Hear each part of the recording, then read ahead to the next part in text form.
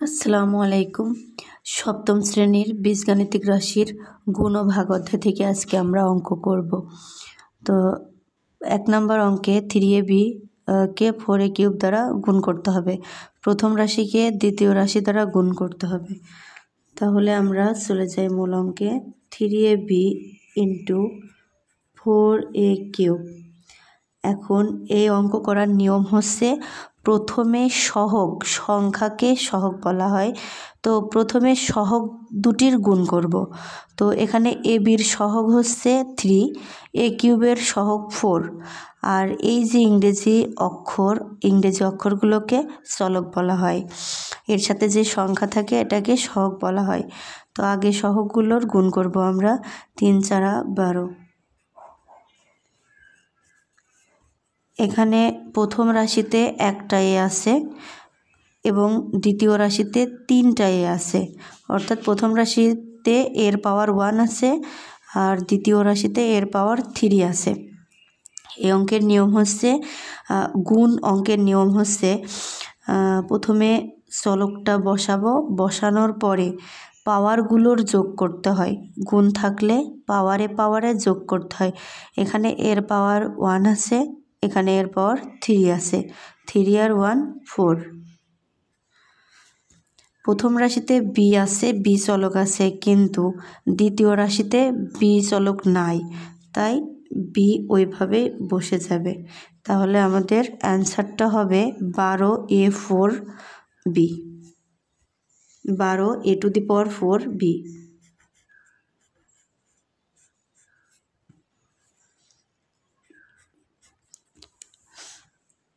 এখন 2 নম্বর অঙ্কে আছে 5xy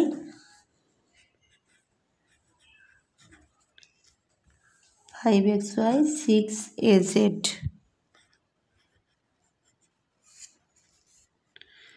তাহলে আবারও প্রথম রাশিকে দ্বিতীয় রাশি দ্বারা গুণ করব। প্রথম রাশিটা লিখলাম,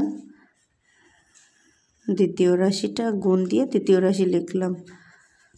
তাহলে আমরা আগে সহগে গুণ করব। এখানে সহগ 5, দ্বিতীয় রাশির সহগ 6, 5 × 6 = 30। প্রথম রাশিতে চলক আছে xy, দ্বিতীয় রাশিতে চলক আছে az। এই রাশির চলকের সঙ্গে দ্বিতীয় রাশির চলকের কোনো মিল নাই, তাই হুবহু চলকগুলা ওইভাবেই বসে যাবে, xy az। এটা একটু সাজিয়ে লিখতে পারি আমরা 30, যেহেতু ইংরেজি বর্ণমালায় এ আগে হয়, তাহলে a x y z answer.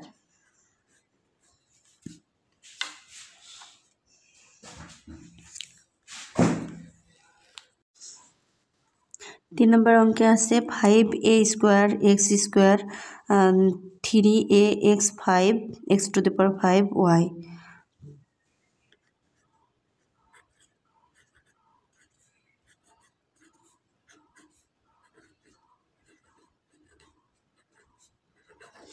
তাহলে প্রথম রাশিকে দ্বিতীয় রাশি দ্বারা আমরা গুণ করব।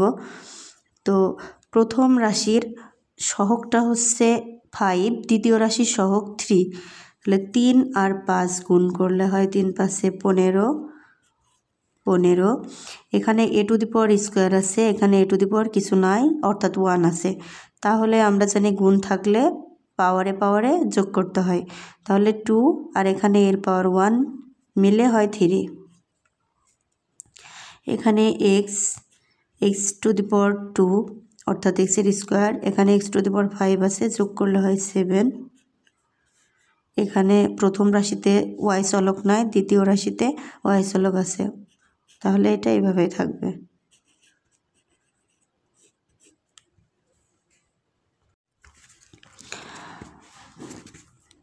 4 নম্বর অঙ্কে প্রথম রাশিটা আছে 8a²b, কিন্তু দ্বিতীয় রাশিটায় আবার মাইনাস আছে, -2b²।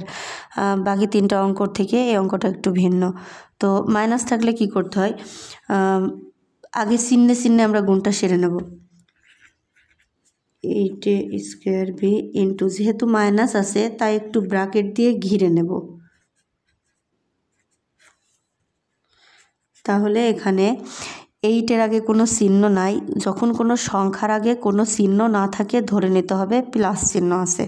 তো 8-এর আগে যেহেতু কোনো চিহ্ন নাই তাহলে +8 আছে, এখানে 2-র আগে মাইনাস আছে, তাহলে এখানে প্রথম রাশির সহগ +8, দ্বিতীয় রাশির সহগ -2, তাহলে গুণ করলে হবে প্লাস মাইনাসে মাইনাস, 8 দুগুণে 16। এখন চলকে চলকে গুণ করব। এখানে a² আছে কিন্তু দ্বিতীয় রাশিতে a নাই, a চলক নাই, তাই ওইটা ওইভাবেই বসে যাবে। প্রথম রাশিতে b চলক আছে, দ্বিতীয় রাশিতে b² আছে, তাহলে আমরা এটা লিখতে পারি যেহেতু গুণ থাকলে পাওয়ারে পাওয়ারে যোগ হয়, তাই b⁻³ হবে, যেহেতু এখানে 2 আছে আর এখানে 1 আছে, 3 হবে। এটা আমাদের আনসার। 5 নম্বর অঙ্কটা আছে -2abx², আর দ্বিতীয় রাশিতে আছে 10b³ xyz। তো